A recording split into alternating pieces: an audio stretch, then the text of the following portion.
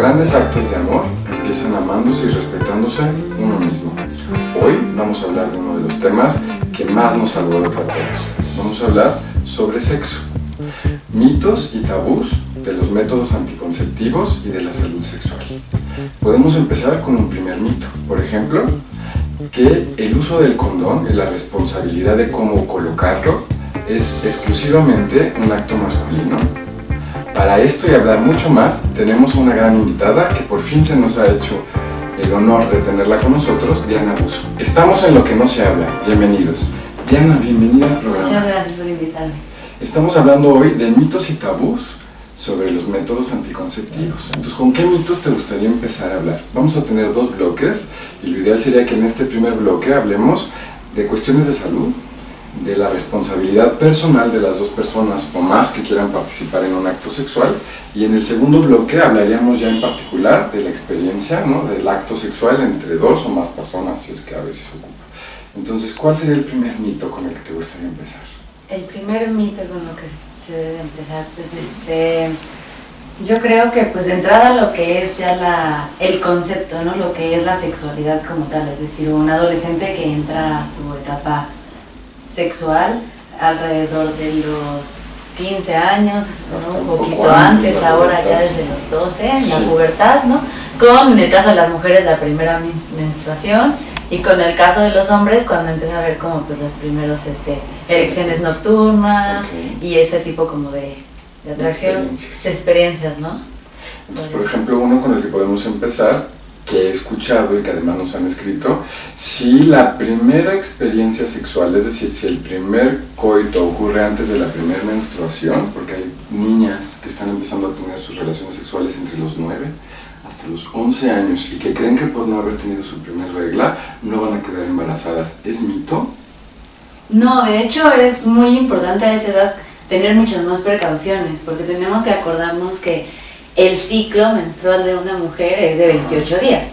Y una vez que tienes tu primera menstruación es porque 14 días antes hubo una ovulación, ¿no? Entonces, y probablemente hasta un poco antes hubo una preovulación que se le llaman, donde no madura completamente el óvulo, pero sí ya hay un poco de sangrado. Entonces, no por tener tu primera menstruación, por supuesto que puedes quedar embarazada, porque un óvulo es un óvulo fértil y listo para ser fecundado.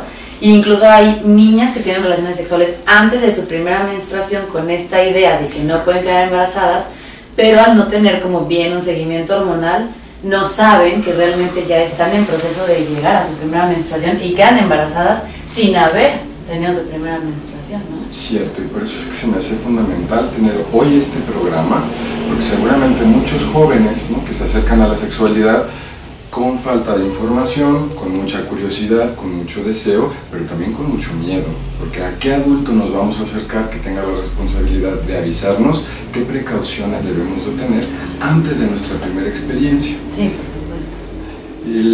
Estamos hablando de la primera vez, ¿no? Otro de los mitos que también estuvimos revisando antes de hacer este programa era justamente que si se tenía la experiencia sexual por primera vez había un sangrado, ¿no?, y que ese sangrado servía como espermaticida. Entonces, que esa experiencia también anulaba las posibilidades de un embarazo.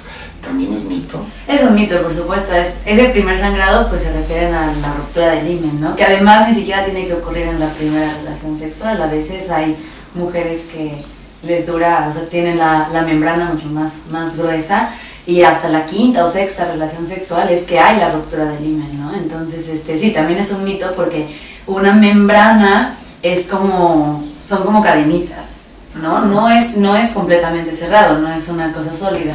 Y a través de esos espacios entra perfectamente un espermatozoide, se rompa o no, ¿no? Incluso cuando no se rompe, por ahí pasa todo lo que es el semen que trae los espermatozoides y puede haber embarazo. Entonces ahorita nos estás hablando también de otra cosa que podría ser mito, ¿no? Si la ruptura o no del himen acompaña o no la experiencia de la virginidad, ¿no? Porque hay mujeres que a lo mejor tienen una experiencia de ejercicio o algún accidente o alguna otra práctica que provoca la ruptura del himen en la infancia. Es muy común en las bailarinas, principalmente en gimnastas, con este tipo de golpeteo que tienen constantemente en el piso brincando, o que llega la maestra y las presiona a hacer el split, el squat. Hay muy común que que ese tipo de niñas tengan una ruptura del himen desde que están pequeñas. ¿Eso no es pérdida de la virginidad? No, por supuesto que no. No, es nada más esta membranita que está ahí como para proteger un poco, Claro. de infecciones. Ok, ahorita vamos a hablar de infecciones. Es importante justo que estemos hablando de estas cosas, ¿no? Y diferenciar, porque luego también está esta absurda falta de educación en donde creemos que si existió esta ruptura, entonces la niña o la mujer, ¿no?, que haya tenido esta experiencia deja de ser virgen. La virginidad o la pérdida de esta tiene que ver cuando uno escoge tener por voluntad propia su primer acto sexual con alguien. Incluso aquí hasta descalificaríamos si alguien ha tenido una experiencia de erotización o de abuso sexual infantil. Esa no es la primera vez, porque finalmente no ocurre bajo la voluntad de la persona que escoge tener la práctica. Sí. Entonces son cosas que hoy ojalá podamos, aunque sea en balacera, poder compartir. Algo que se me olvidó ahorita mencionar y que es fundamental: Diana Busso es bióloga y psicoanalista. Esa es la razón principal por la cual este tema va a ser como uno en los que la vamos a estar invitando, no solo en este programa, sino todos los que ella quiera acompañarnos. ¿Qué otros temas, Diana, como de prevención de mitos?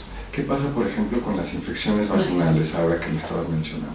Pues precisamente, una infección vaginal es una infección como cualquier otro tipo de enfermedad en la garganta, en el oído, ¿no?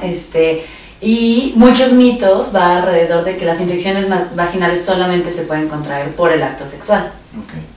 Y suele pasar, ¿no?, que muchas niñas al tener algún tipo de infección vaginal no quieren decirlo, no le avisan a mamá, no van con el doctor porque creen que van a ser señaladas o juzgadas o se les va a preguntar en el tema, y no es el caso, ¿no? La mayoría de las infecciones vaginales se dan realmente por el tipo de ropa interior que utilizan las niñas, por el tipo de utilizar ropa interior con mucho nylon, con mucho poliéster, y luego utilizar pantalones muy apretados, que genera, precisamente por el roce, mucha humedad. Se acumula la humedad con el calor, con estar caminando, con estar jugando, con estar haciendo lo que estén haciendo, se va generando la humedad, que es el ambiente ideal para cualquier tipo de bacteria para que crezca, ¿no? Y la mayoría de las infecciones vaginales permanecen solamente en el área externa de la vagina, pocas llegan a entrar, ¿no? Y pues sí, prácticamente hay que tener cuidado con la higiene personal en este caso, ¿no? Por ejemplo, cuando estás mucho tiempo en la playa con traje de baño, con el traje de baño mojado, el mar, la arena, el nylon de traje de baño, justamente genera como un caldo donde, bueno, es perfecto para que el organismo crezca. Pero no tiene nada que ver con la sexualidad en ese caso, ¿no? Es decir, no es por el acto sexual. Sí, también podemos contraer a veces algunas infecciones, pero más enfermedades por el contacto sexual. Pensando en infecciones vaginales, ¿no?, y dando como recursos, ¿qué ropa interior tendrían, ¿no?, como sugerencia? ¿Cuál es la que deben usar? Si se recomienda, por ejemplo, la utilización de falda en tiempos de calor, precisamente para que no haya... ropa interior de algodón, es como 100% algodón, es lo más conveniente, no estas telas que brillan y tienen nylon y poliéster y que son telas muy artificiales. El algodón es lo más conveniente para ese tipo de cosas, porque justamente el algodón, igual que se generan este tipo de membranitas, donde no es completamente sólido y entra y fluye el aire y hay como más cambios. Sí, ¿Con quién hay que ir si tienen infecciones vaginales? Con un ginecólogo. Es fundamental. Es fundamental. Aunque no hayan empezado su vida sexual. Sí, totalmente. Yo considero que es muy importante que una mujer vaya con un ginecólogo cuando tiene idealmente su primera menstruación. A partir de su primera menstruación. Porque luego hay como el mito de que hay que ir al ginecólogo hasta que se va a iniciar la vida sexual, pero es también un mito. Sí, exactamente, no, es más bien ir cuando tienes tu primera menstruación, para que tengas a alguien de confianza con quien te puedas acercar para preguntar dudas, para hacer este tipo de intercambio que a veces con los papás es más difícil confiar, ¿no?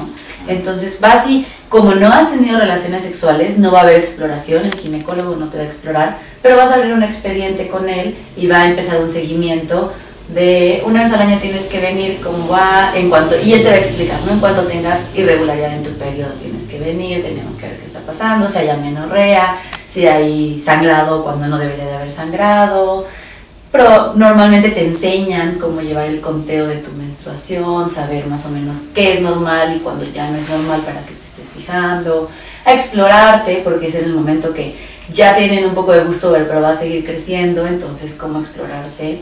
Y qué experiencias acompañan el crecimiento y desarrollo, ¿no? Que no son las mismas de un cuerpo ya maduro. No, exactamente, entonces es normal que pase esto, que sientas esto.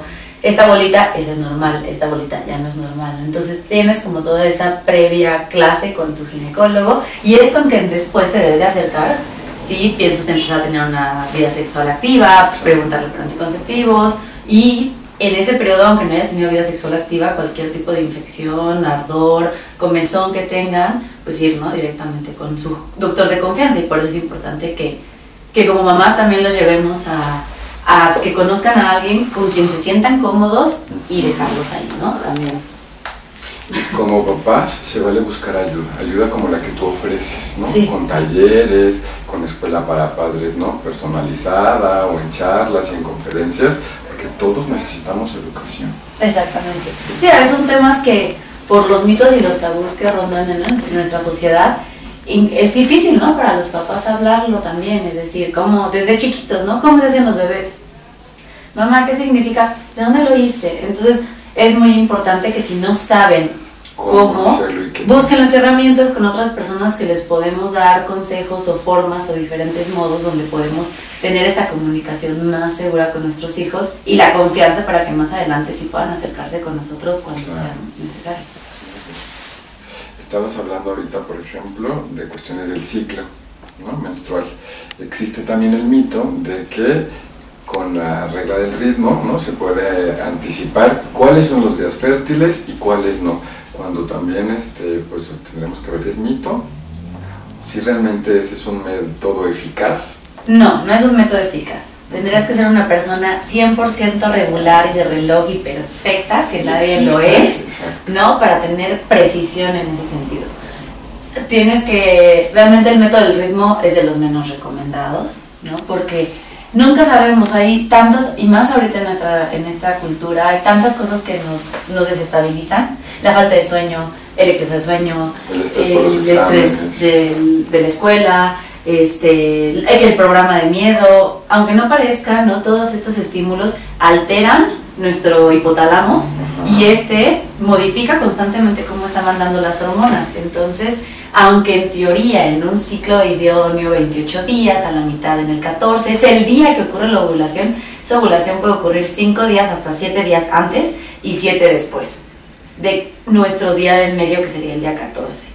O sea, así de entrada ya estamos hablando de 2 semanas completitas donde puedes quedar embarazada fácil, ¿no? Más, ya después viene la semana de menstruación y otra semana previa donde tenemos que acordarnos que tenemos 2 ovarios. Y estos idealmente, pero es lo mismo, nadie casi es perfecto,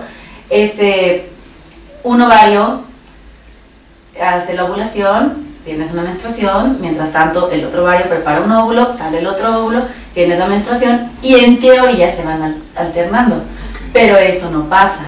Realmente a veces pueden los dos estar funcionando casi al mismo tiempo y de repente tener 2 ovulaciones y tú no supiste, tener del mismo ovario varias ovulaciones durante un periodo de 2, 3, 4 meses y luego se intercambia. Depende de muchas cosas que es difícil saberlos ni siquiera como médico, así, seguro es tu óvulo, tu ovario derecho el que está ovulando. No. Hay formas en que uno lo sabe si conoce su cuerpo. No sabes cuál, pero hay uno que sí te da cólico y hay uno que no, por ejemplo, ¿no? O hay uno que sí te hace que te dé más sueño y otro que no. Depende qué ovario es. Hay meses que que tengo sueño y otros porque a mí no me pasa, a veces sí y a veces no, a veces tengo cólicos, a veces no. Es porque depende de la alternancia del ovario, pero realmente no podemos predecirla y mucho menos entonces actuar sobre ella. Y sí ha habido casos donde por eso tienen doble menstruación en un mes, porque fue uno y acá mientras estaba menstruando ya estaba el otro saliendo y pues hay menstruación otra vez, ¿no?, si no hubo fecundación. Entonces sí hay que tener mucho cuidado y pues no es el método más recomendable porque somos irregulares, ¿no? Diana nos está hablando de educación, ¿no?, y de autoconocimiento. Y creo que eso es lo primero que derriba todos los mitos. Si nos conocemos y si acudimos con alguien que nos enseña a conocernos, pues vamos a tener más control sobre lo que nos pasa y sobre todo, creo, más responsabilidad. que eso también es fundamental. Sí, de hecho hay un adolescente, y si nos fijamos, son cosas que los papás no les enseñan a las niñas y las niñas les da miedo y mejor no lo dicen. Un año antes de que tengas tu primera menstruación, una niña va a tener un flujo cafezoso, un poco oscuro, por 3 días, 4, máximo. Y ya, y no se va a volver a presentar en todo el año. Okay. Y al año, más o menos esos meses que fue, tiene su primera menstruación. Tú sí como, ¿qué pasa? Estas niñas lo ven sucio, le da pena, o alguien más lo lava, o ellas son las que lavan y no le dicen a nadie, o luego lo encuentras tirado en la basura, ¿no? Y no le dicen a nadie, y al año, más o menos en esas fechas es cuando va a tener su primera menstruación. Y es una experiencia natural. Es una experiencia natural. No tiene que ver natural. con falta de higiene, ni con... Y asusta, ay, porque como es muy café, Ajá. pues creen que, ay, no se me hice el baño, no, o sea, no, es totalmente flujo vaginal que sale un año antes de que uno tenga su primera menstruación. Qué importante información, Diana. Y si lo anotas y luego al año lo checas, Va a coincidir. con la coincide con esa fecha. Ahí estamos por cerrar este primer bloque y definitivamente nos falta mucho que hablar. Entonces, sí, hablamos de todo lo de las mujeres, falta todo lo que sea la varones. higiene de los varones Sí. y todo eso. Entonces vamos a ver cómo le hacemos para tratar de compartir lo más que podamos y queda yo creo la invitación abierta, Diana, vas a tener que regresar muchos más programas. Estamos en Lo que no se habla, hoy mitos y tabús de los métodos anticonceptivos y de salud sexual. Mi nombre es Luis Fernando y regresamos en un segundo bloque.